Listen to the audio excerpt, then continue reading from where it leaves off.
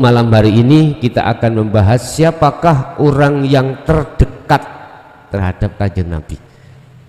Ini kan sih bahasanya makhluk nggih, bahasanya makhluk. Kalau dinaikkan, siapakah orang yang terdekat pada Allah? Inna akramakum indallahi atqakum. Berkenaan dengan itu, monggo dibuka di dalam surat Ali Imran ayat moton ini moto plus nih.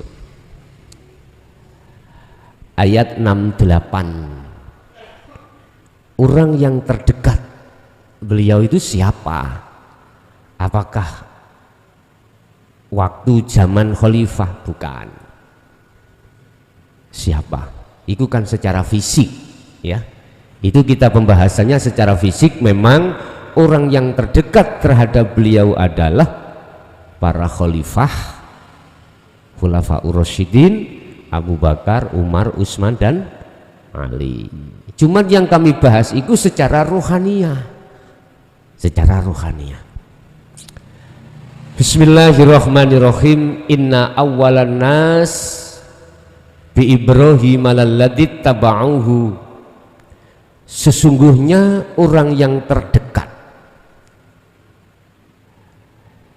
terhadap Nabi Ibrahim adalah orang-orang, ini ngomong Nabi Ibrahim dulu, adalah orang-orang ittaba'uhu kang podo mengikuti, ittaba'uhu yang sama mengikuti orang-orang itu terhadap ajaran Nabi Ibrahim. Siapa orang yang mengikuti ajaran daripada Nabi Ibrahim? Di sini dikatakan wa hadza an-nabiyyu walladzina amanu. Itulah kanjeng Nabi Muhammad, walladzina amanu, dan orang-orang yang beriman terhadap ajaran yang dilaksanakan oleh kanjeng Nabi. Lah disinilah Bapak Ibu, sebagai uraian saya, ajaran yang bagaimana yang diikuti oleh kanjeng Nabi dan yang dilakukan oleh Nabi Ibrahim. Millata Ibrahim Hanifah, dibuka di dalam surah Al-An'am ayat 79. Itu yang dilakukan kanjeng Nabi Ibrahim alaihissalam. Surat Al-An'am mulai 76 sampai 78 itu ketika saat beliau Nabi Ibrahim belum ketemu Allah. Beliau menganggap bintang Tuhan. Ketika bintang itu hilang, oh bukan. Menganggap bulan itu Tuhan ketika malam hari, ketika hilang, oh bukan. Siang bertemulah matahari, menganggap itu Tuhan. Ternyata waktu malam hari matahari tidak ada, oh bukan. Awalnya seperti itu. Kebingungan mencari Tuhan yang sebenarnya. Kita Bapak Ibu mengalami proses seperti itu. Nah, disitulah yang disebut hati yang mati. Di situ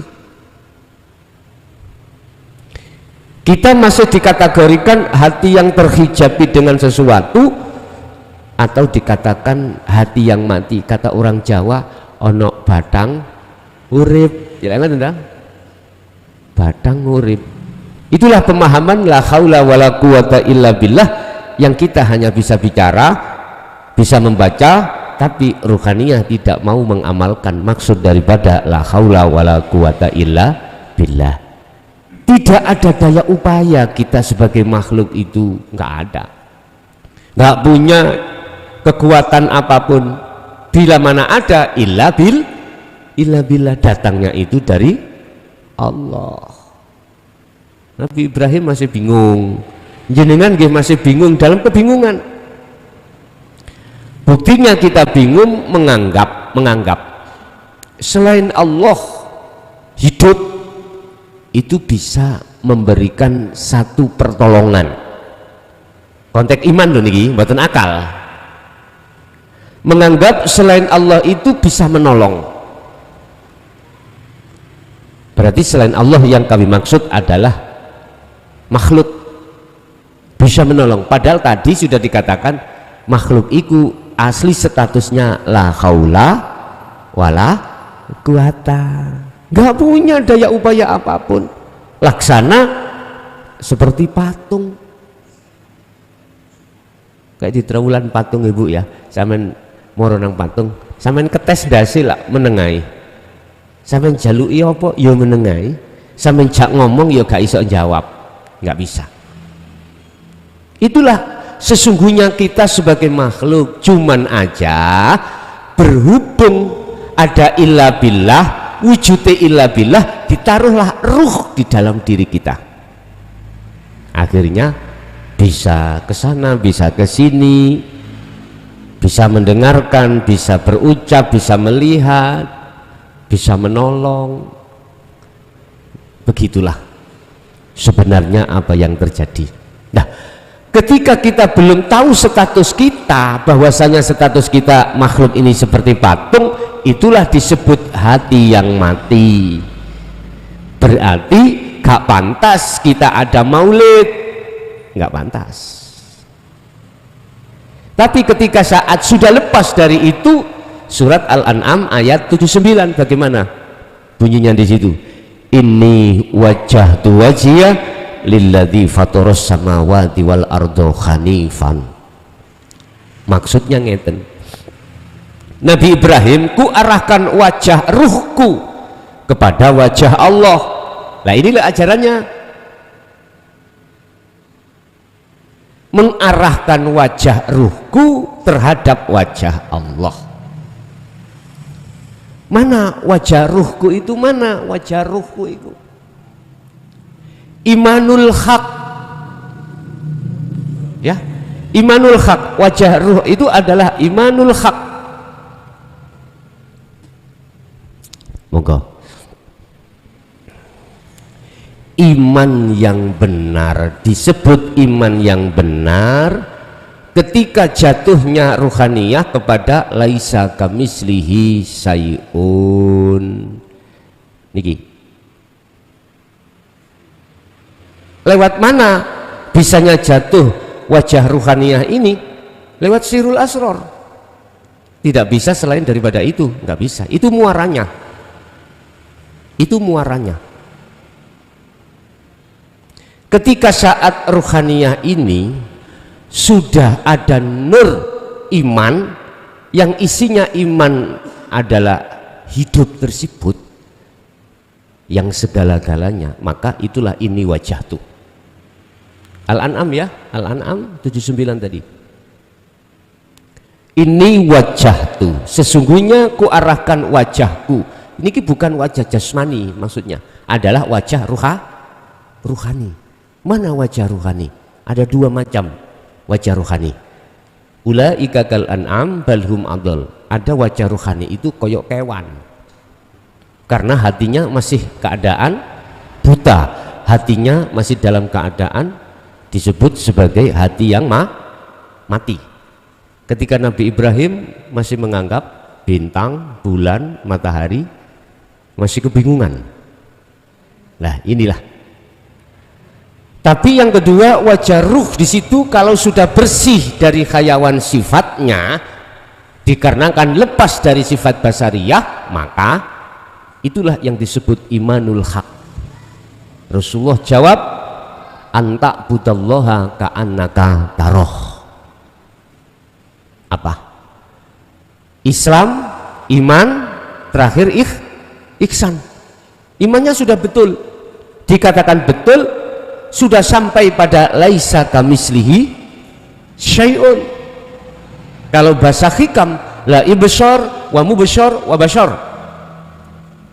sudah tidak ada apa-apa dan tidak ada siapa-siapa, yang ada hanyalah aku. Nah ini, itulah yang terjadi di dalam surat Toha ayat 14. Innani anallah la ilaha illa ana fa'budni wa aqimi sholah li dzikri. Itu yang terjadi.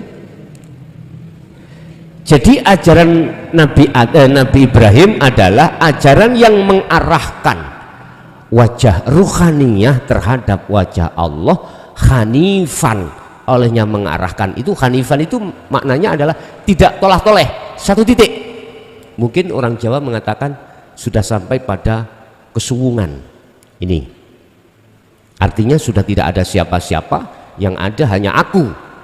Aku yang disebut di sini bukan aku siapa-siapa, tapi aku yang sesuatu itu laisa kamislihi, bahasa syariat lewat surat Al-Anbiya ayat 25 yang disebut aku itu adalah akunya Allah. Itu. Inilah ajaran Nabi Ibrahim. Wa ma ana minal musyrikin, ditegaskan di dalam surat Al-An'am, kalimah yang terakhir di dalam surat 79, wa ma ana minal musyrikin. Saya bukan termasuk golongan orang-orang yang menyekutukan Allah. Aku bicara Allah bukan nama loh Pak. Aku bicara hidup bukan sifat. Aku bicara Allah untuk memudahkan masuk di dalam laisa kamislihi syai'un, untuk memudahkan Anda untuk bertemu terhadap yang memiliki nama Allah. Maksudnya begitu. Lah, termasuk orang yang terdekat terhadap Nabi Adam adalah An-Nabiyu. Menurut surat Ali Imran tadi ayat berapa tadi Pak? 68 ya. Ayat 68, An-Nabiyu adalah Kanjeng Nabi. Berarti Kanjeng Nabi itu ajarane yang sampai sekarang belum dikenal umat manusia pada umumnya mayoritas adalah ajarannya Nabi Ibrahim. Apa ajarannya? Bil huda wa dinil haq, yaitu ajaran yang mendidik ruhaniyah Anda untuk bisa masuk di dalam keesaan Allah. Bahasa Jawa itu ajaran yang mendidik ruhaniyah Anda untuk meninggalkan kebiarin dunia. Ruhaniyah bukan jasmaniyah. Ajaran yang mengarahkan ruhaniyah untuk masuk di dalam sistem la haula wala quwata illa billah. Ngakoni yen makhluk iku patung. Ini Pak. Berarti sinten, siapa orang yang terdekat terhadap Nabi Muhammad?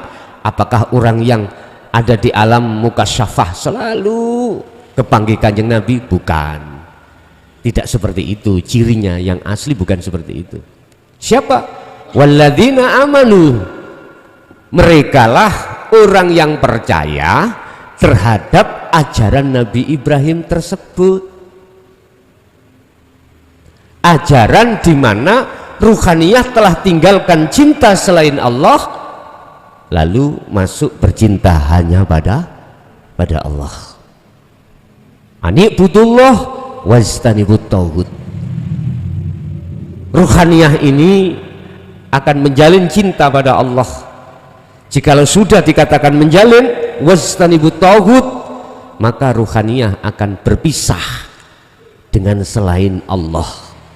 Ruhaniyah loh Pak ya, akan berpisah, pegatan terhadap selain Allah. Siapa selain Allah yang dimaksud?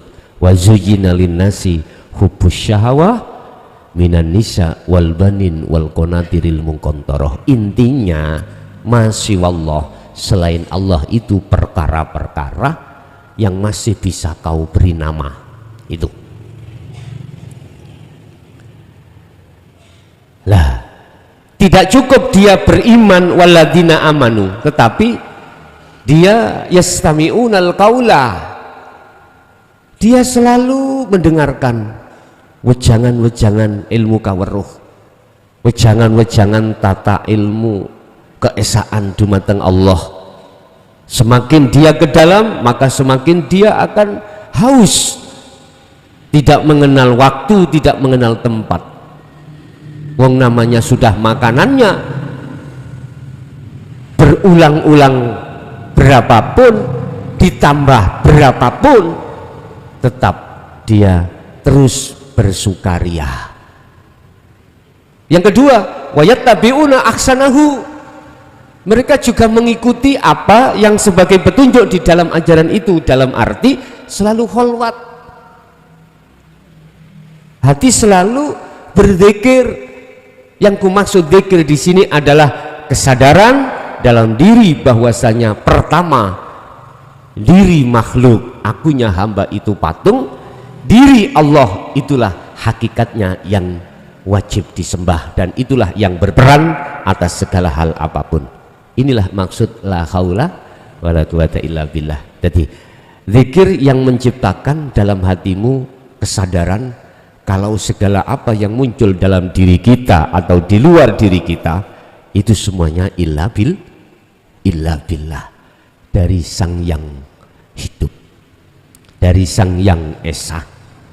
Bahasa Islami semua dari Allah, berarti kita nggak punya apa-apa udah. Itulah zikir yang kumaksud. Ternyata itulah zikir yang keluar dari la ilaha illa anta subhanaka inni kuntu minadz zalimin, fungsinya di dalam sirul asrar. Kemudian itu dilaksanakan terus menerus, maka sampailah kita di zikir la ilaha illa ana, munculnya fana'u zikri pun. Wallahu waliyul mu'minin, utawi Gusti Allah iku waliyun, menjadi pemimpin penolong bagi siapa? Lil mu'minin, bagi mereka yang beriman. Artinya masuk pada materi kita, siapa orang yang terdekat Kanjeng Nabi? Siapapun mereka yang dikehendaki Allah hatinya mengikuti ajaran dinut tauhid, dinul haq, itulah mereka orang yang terdekat. Jangan yang dimaksud orang yang terdekat secara fisik senes. Mereka adalah yahtassu bi rahmatihi may yasha, orang yang dikehendaki Allah menerima ajaran dinut tauhid. Dengan ajaran itu bil huda, ada banyak petunjuk, yattabi'una ahsanahu, mereka menjalankan dengan istiqomah, tidak mengenal waktu dan tempat, hati selalu memegang tali Allah. Faqadistamsaka bil urwatil wusqa, tali Allah selalu dipegang. Dengan begitu dia tidak pernah lalai dari Allahnya pada di dalam dan di luar dirinya. Bapak Ibu, ngingingi mengingat maulid iki berarti hakikati maulid adalah mereka yang hatinya sudah sampai dan bertemu Allah. Berarti tandanya dia anikbudullaha wajtanibut taghut, sudah tidak beriman lagi terhadap selain Allah atas segala-galanya. Amal arif la yarawna li anfusihim syai'an, tandanya mereka apa yang muncul pada dirinya atau di luar dirinya, yusyahiduna annal fa'ila huwallahu ta'ala, dia tidak pernah mengakui kalau datangnya dari si makhluk, tapi datangnya semata-mata dari Allah Subhanahu wa ta'ala. Berarti yang dimaksud af'alullah, penggaweane Allah, itu tidak hanya pada dirinya tapi juga makhluk yang lain. Hati beliau itu selalu seperti itu.